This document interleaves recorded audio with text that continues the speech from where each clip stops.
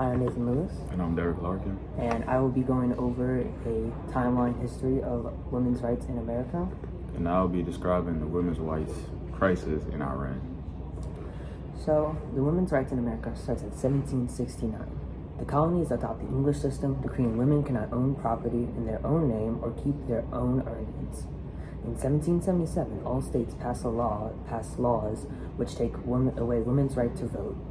In 1809, Mary Kies becomes the first woman to receive a patent for a method of weaving straw with silk. In 1839, the first state, Mississippi, grants women the right to hold property in their own names with permission from their husbands.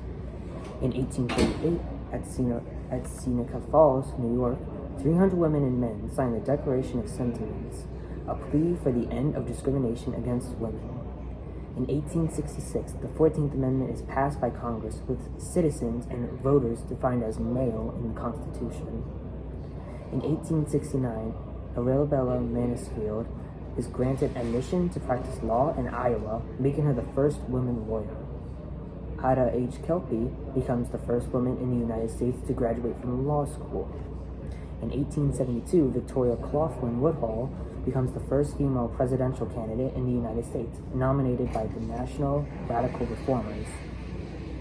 In 1873, the Supreme Court rules that a state has the right to exclude a married woman from practicing law.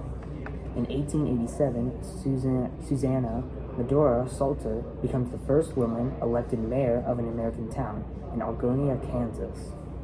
In 1890, the first state, Wyoming, grants women the right to vote in all elections. In the 1900s, by this year, every state has passed legislation granting married women the right to keep their own wages and to own property in their own name. In 1916, Janetta Rankin of Montana is the first woman to be elected to the U.S. House of Representatives.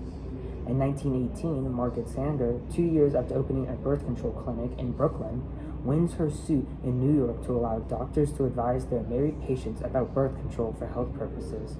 The clinic, along with others, becomes Planned Parenthood in 1942.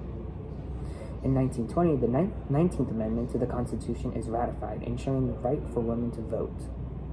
In 1923, the first version of an Equal Rights Amendment is introduced. It says, men and women shall have equal rights throughout the United States in every place subject to its jurisdiction.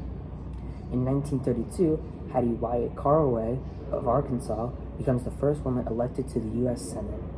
In 1932, the National Recovery Act forbids more than one family member from holding a government job, resulting in many women losing their jobs.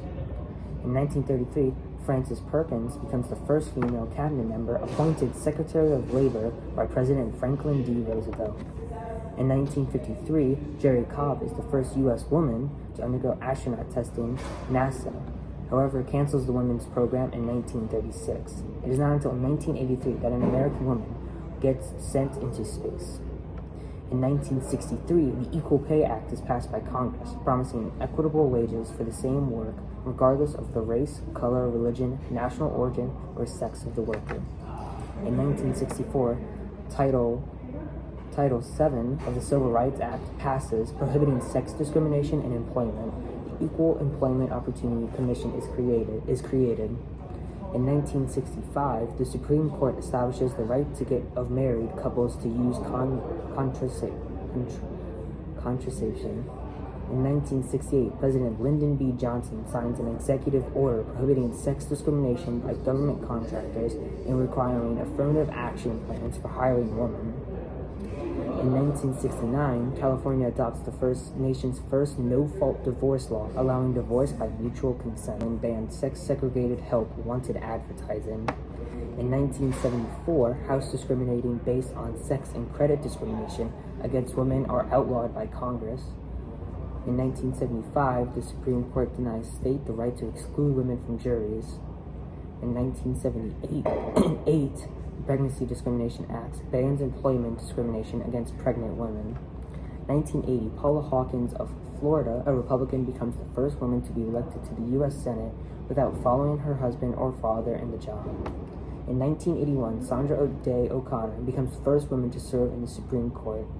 The Supreme Court rules that excluding women from the draft is constitutional. In a separate decision, the High Court overturned state laws designating a husband, head, and master with unilateral control of property owned jointly with his wife. Now, women's history is always going to be evolving with many new laws in many ways. So, this was a brief summary of that. Now I'll be talking about the women's rights crisis in Iran. There's a little backstory behind women's rights in Iran. The Islamic Republic of Iran was built upon bricks of misogyny. One of the first acts of the revolution's leader, Ayatollah Khomeini, when he took power in 1979, was to reverse women's rights in marriage, child custody, and divorce. This included lowering the legal age of marriage for women from 18 to 9, and girls these young can still be married in Iran today.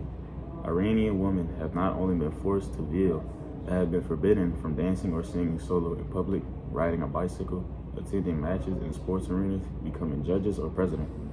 They must sit at the back of the bus and can travel abroad only with their husband's permission.